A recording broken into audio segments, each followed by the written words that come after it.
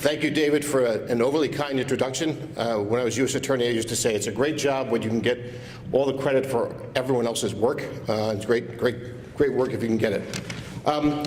Interestingly, about a year ago, Andy Shaw asked me to speak at a BJA event, and I told him that I thought it was important that I keep a low profile while my successor would be selected and confirmed.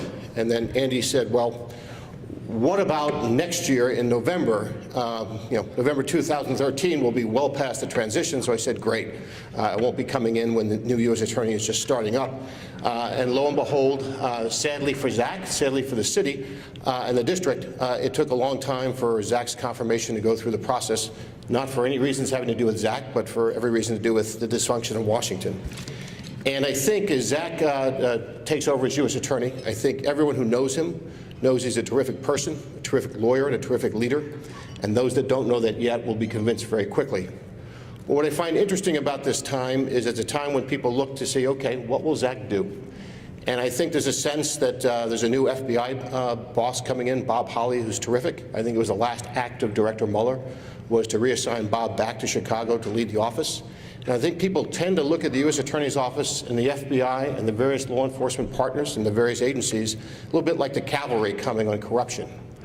And I think to look at it with Zach coming aboard in that way would actually be wrong for a couple of reasons. First of all, a lot of the cavalry is already there. The folks who've been working quietly, doing the hard work, many are still there, working hard despite being furloughed, facing sequestration, facing being belittled on the TV as being just overpaid public servants.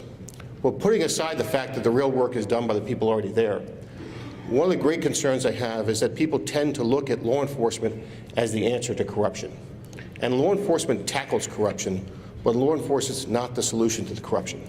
When you have the cavalry, you sort of see them coming and you figure, I've got nothing to do. Those guys on the horses with the guns will take care of it. And the real answer is an engaged citizenry. When I was U.S. Attorney, the things that used to really motivate me the most is when you would hear that someone stepped forward and blew the whistle on something. Someone just got offended and says, why do we live in a county or a city or a state where this stuff, as a polite word, is allowed to happen? And came forward and said something, and people could do something. But for every one of those uplifting moments, there was also a pessimistic moment where after someone had been convicted, sentenced, in jail, and the appeal was gone, someone would come up to me at an event and say, boy, we always knew that guy was corrupt. I could tell you stories forever, but we wondered how long it would take you to get around to that. And by law, I was not allowed to throttle people in my old job. I still think I'm not allowed to. And it was sort of, what's the point? But there were so many people who would walk up and tell a perfectly crystal clear story of corruption. And what they did is they sat on it and did nothing and figured, well, that's the FBI's job, that's the U.S. Attorney's job, and where are they? Why aren't they doing something? And what you wanted to say was they're not doing anything because no one will talk to them. And that's why when I hear the message of Andy talking about the Army, when you hear the message of the engaged citizenry, it's really important. Now, let me make it simple. Compare Illinois to Vermont. And I've been to Vermont a little bit, and maybe I have a too optimistic view of Vermont. In Vermont, I don't think you could get away with shaking people down on a regular basis for money if you wanted something that you're entitled to for government. I think people would scream bloody murder. Why isn't it the same here? Too many times in Cook County, in the city of Chicago, in the state of Illinois, when there's a conversation between an official in the government who has something someone wants and wants money, the thought process is fear for the person who is being asked. They fear if I don't pay, I won't get that license, that permit, that approval. And that's where the fear lives. If we shifted the fear so the person who would ask something inappropriate is now afraid that this person is going to go to the BGA or to the media or to the FBI and blow the whistle and scream bloody murder, it would change. We could celebrate 90 years of the BGA, but we should celebrate when we don't need another 90 years.